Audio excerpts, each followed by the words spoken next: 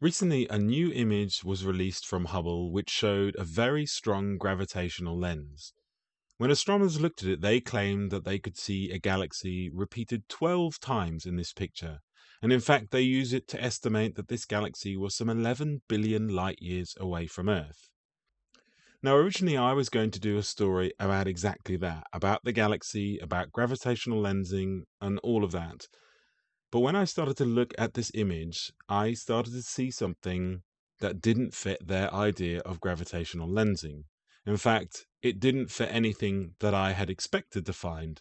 And I think it suggests and it hints at the structure of our universe. It shows us what I think are active Berkland currents and the effects of the edges of these Berkland currents have when you look down them at particular angles or when particular things happen at the edges of them.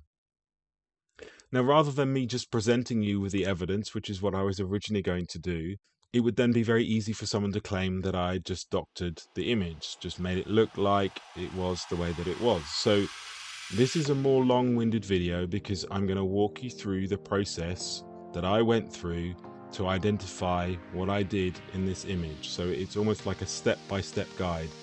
And again, for those that are interested in doing it, I will link down below the software that I used so that you can try and do this yourself as well. So without further ado, let's dive in and look at this image and see what I found and see the connections that I think that I can make in this image.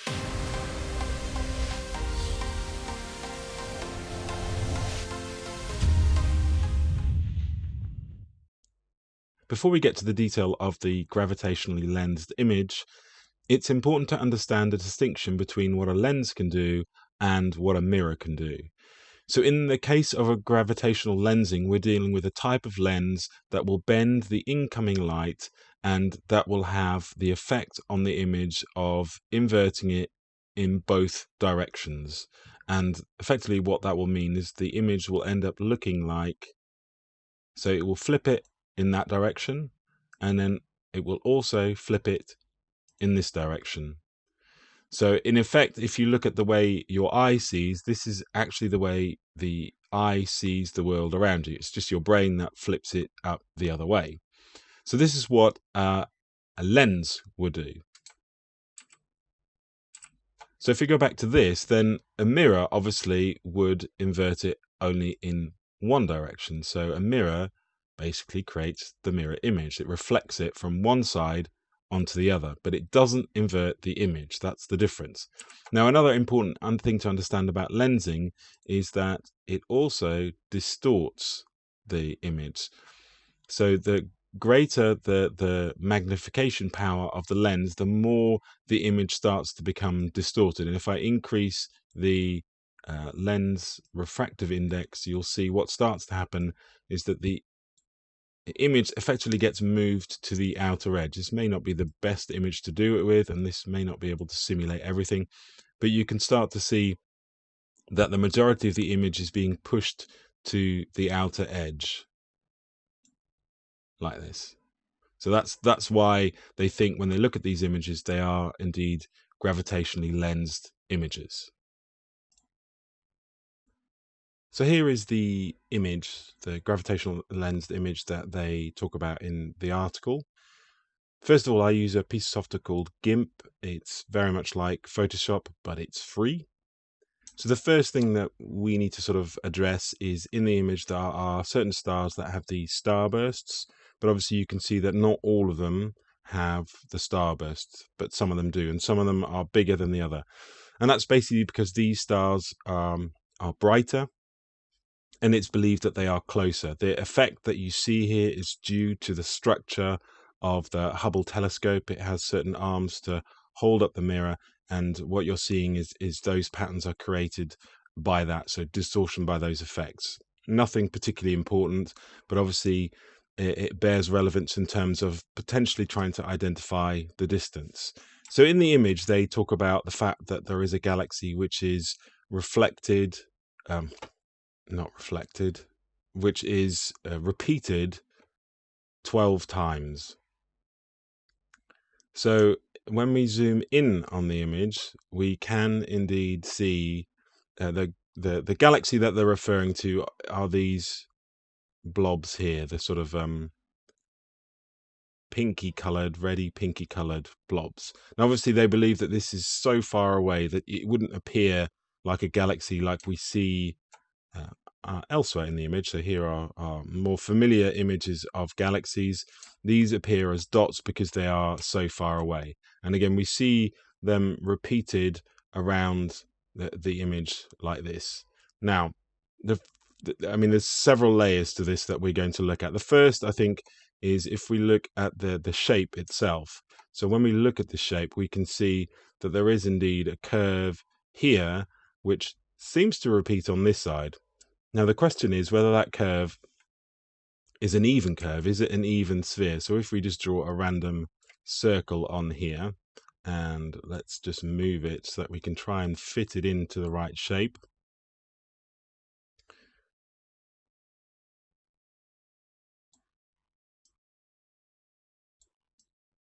So we can sort of see that it is possible to get it to align reasonably well. Now, the first thing I would note is that the top end of the image around here and around here is most certainly not straight. And you can see that it sort of bumps downwards. What is also interesting is the other side of the curve doesn't really match with where you would expect it to see. But there are some smaller lines that we can see here. So if we make that a red circle, so let's... But now if we look, so that's one circle, and we can sort of turn that on and off.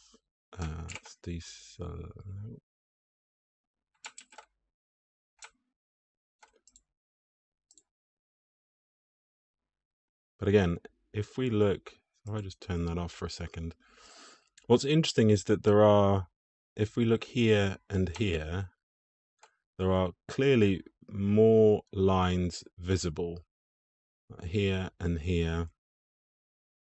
All right, so if we look for other circles, for me, there's another circle right here that's pretty obvious.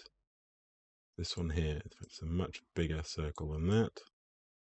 Sort of sits about there.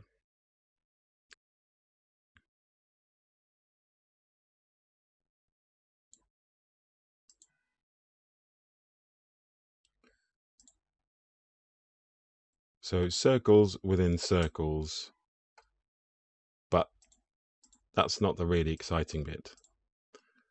If we, because the way I started to look at it is I don't necessarily believe in gravitational lensing, but let's look at this image and let's see whether I can see this galaxy indeed repeating over and over again.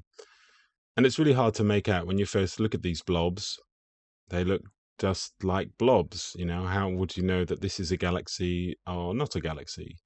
And so I sort of skimmed around the edge of the image, and as you start to look, you start to see some sort of repeating pattern in the blobs themselves. And it's not necessarily clear because sometimes it's changing color. Sometimes there are stars that sit in theory in front of it, and then as you get to the other side of the image, where it be there, it becomes a lot fainter and it's a lot harder to actually make it out. And then here again, you can see some of it.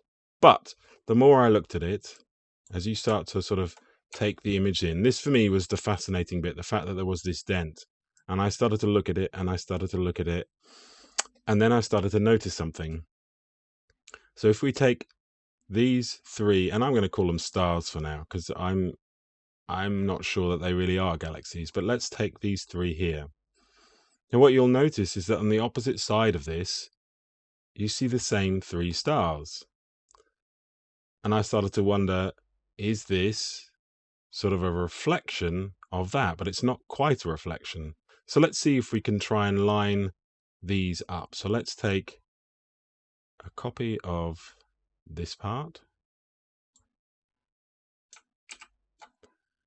Okay, the first thing that we need to do is to increase the size of the bounding box. So let's increase that to 1000 by 1000. Now there may be easier ways of doing this. I am no expert in this. So that changes it from that to that. So let's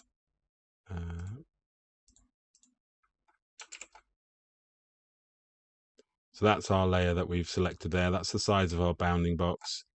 So let's select none. So we should have that little snap there. So if I now move that, we should be able to see that underneath. So we're going to position it underneath where we think it's going to be. First thing we need to do is to flip it. So let's flip it like that, and then we need to rotate it so that it matches the same orientation as the one above. A little bit annoying that that's, let's put that in the middle, like that. And this is going to be a little bit trial and error. Let's also change the opacity of this layer to be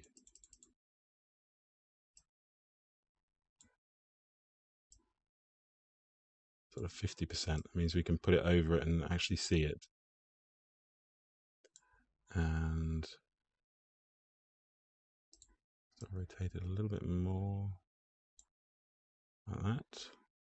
Now the other thing you'll notice when we put it on top is that the stars don't line up exactly. See that this image seems to be smaller. So the next thing we have to do is to actually decrease its size. And again, this is a little bit of trial and error. And that's pretty good.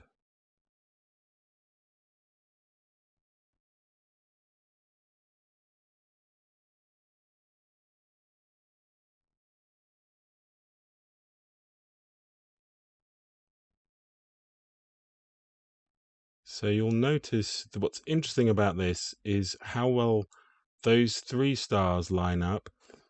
There's two dots there that also line up.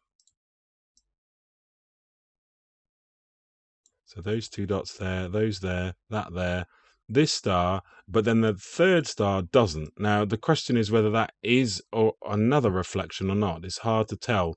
But what you can start to see is that this thing is almost like, because the last star here is a little bit, well, actually, that does actually line up quite well.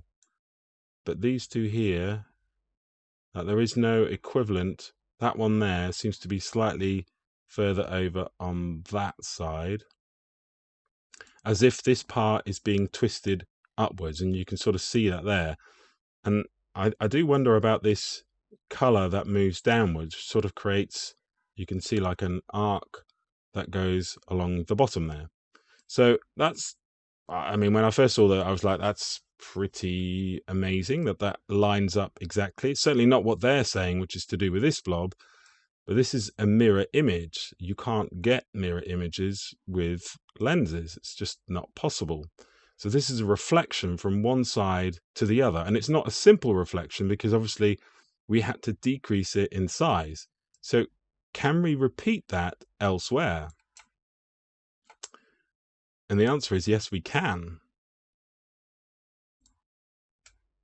Now, initially, when I started to look at this, I found it extremely difficult to get this side to match up. No matter how I rotated it, it was extremely difficult to get the stars to line up. There would always be a mismatch. Now, that may be partly due to the fact that this may be distorting, but I want you to pay close attention to these four stars, the angles of those, because we're going to see that repeated elsewhere. But for now, we're going to take this slice and we're going to take it onto the other side. So if we paste it here, so let's duplicate that layer and let's drag it over here so that we can have a look whether this aligns with anything on this side.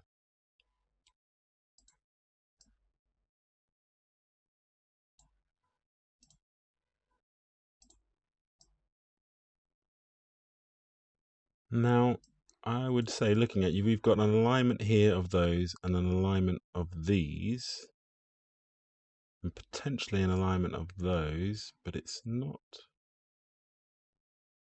I would say, looking at the spacing between these two, that it needs to be smaller. So let's make this smaller.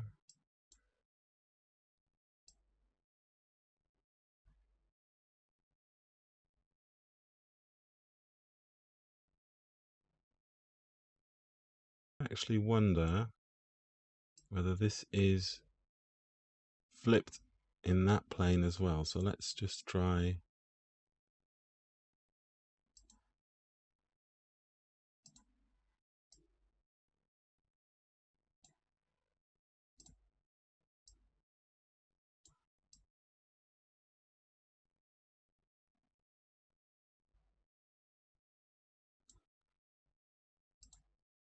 Smaller, not bigger.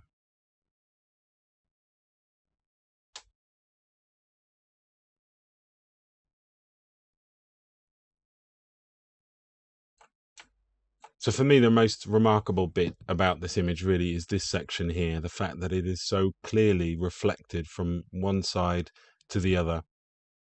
And in that reflection, it is also distorted. It is possible to create copies at the top here, but it's nowhere near as clear as these.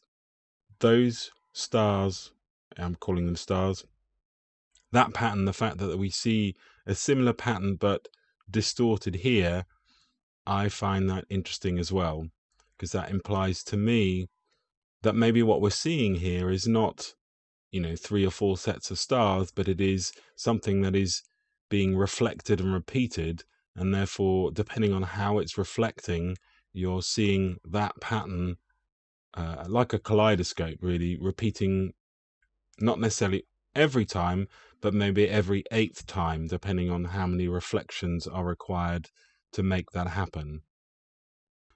So what is it that we are, therefore, in my mind, looking at? And I think in order to understand that, you have to go back to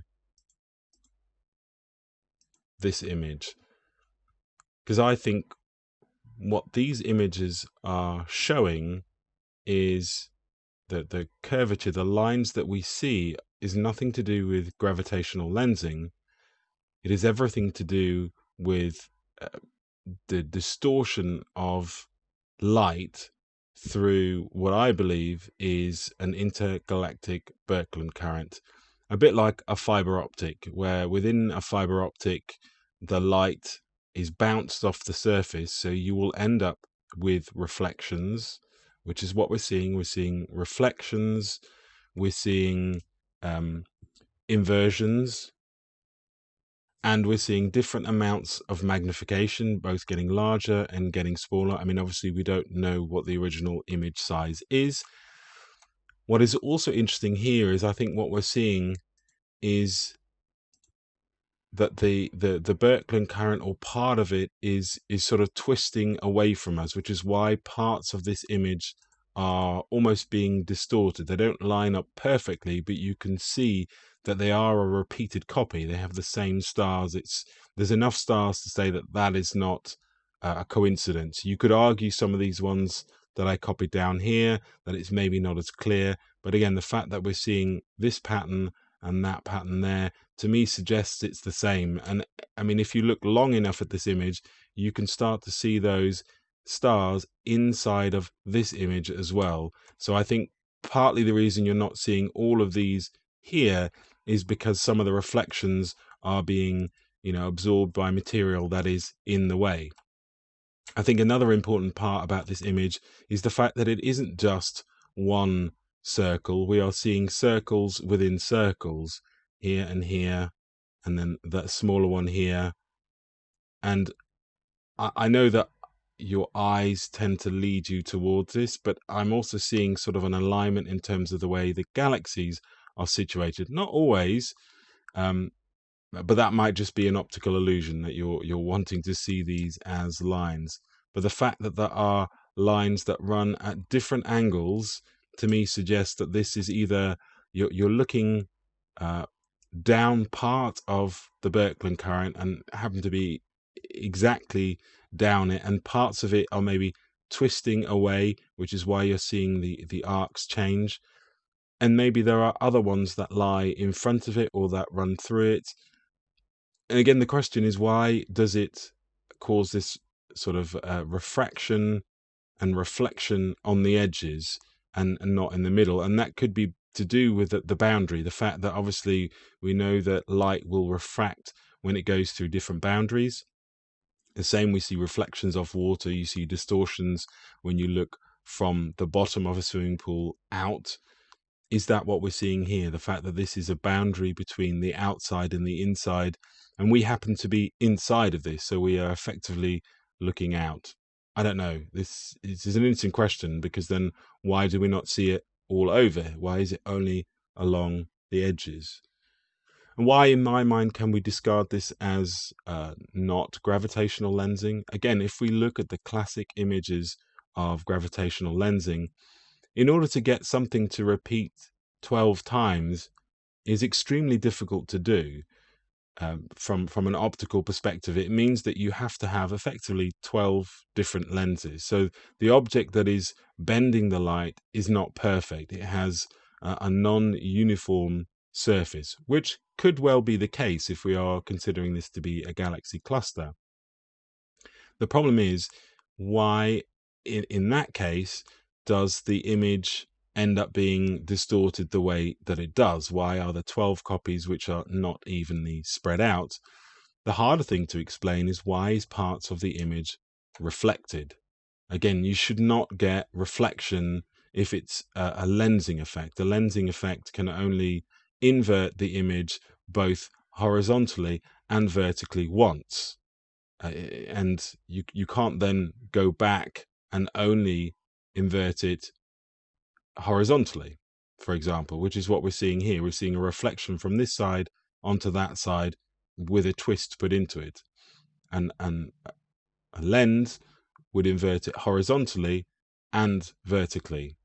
And that's not what we're seeing here. And each one of those images, if they are acting like 12 separate lenses, would do the same thing. And if, let's say, there was a double lens, which I'm sure is what they'll try and explain it with, then it would go back to the original image. So you can't get what we are seeing here, which is a reflection without an inversion.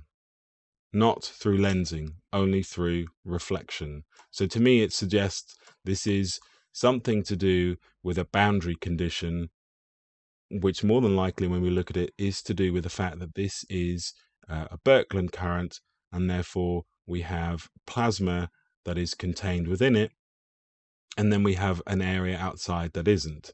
And there must be very special conditions for this to happen. So effectively what you're seeing here is light from much further down that tube, like a fiber optic cable can allow you to see distant things, but that's being distorted and reflected by maybe imperfections in that Berkland current. But I think there's a lot more to be done to understand this. I think this is for me is a revelation that we see reflections. That points to the fact that this is something to do with probably total internal reflection like you get in fiber optic cables. Again, we need to look at more images, so I would encourage all of you to download GIMP. It's free. Grab some of these images off NASA and just start having a look. The longer you look, the more that you see. And I've done this on another gravitational lensed image, and indeed, again, I found the same thing, that you were able to reflect it across the plane and not invert it, which again suggests reflection, not a lensing effect. But again, the more people start looking at these images, the more that we will try and understand the particular conditions under which this might occur. And again, it goes back to some of the quasar images that they look at that they claim is gravitational lensing. And I look at those and I think that doesn't make sense either. You know, again, we are looking at reflections down some sort of a tube of one object on the far end, potentially. Anyway, this is rather a long, rambling video, and I apologize for that. I apologize for my voice as well. Not my usual type of video, but to be honest, when I started looking at this, I didn't know whether this was real or not. Oh my God, the more that I look at this, I also see this is the opposite to that. Anyway, we digress. As I said, the more you look at these images, the more you start to see details. And some of it, I'm fairly sure, is probably your eye and your brain playing tricks on you. But no doubt, when we look at this part, I'm in no doubt that this is a reflection and scaling down of this side, or equally could be this one being scaled up onto that side. The question is, why is that happening? And does any of these other artifacting point to what might be going on inside of this area of space? Is it a Berkland current or isn't it? As always, be brave, be curious. The truth is waiting for us. Until next time.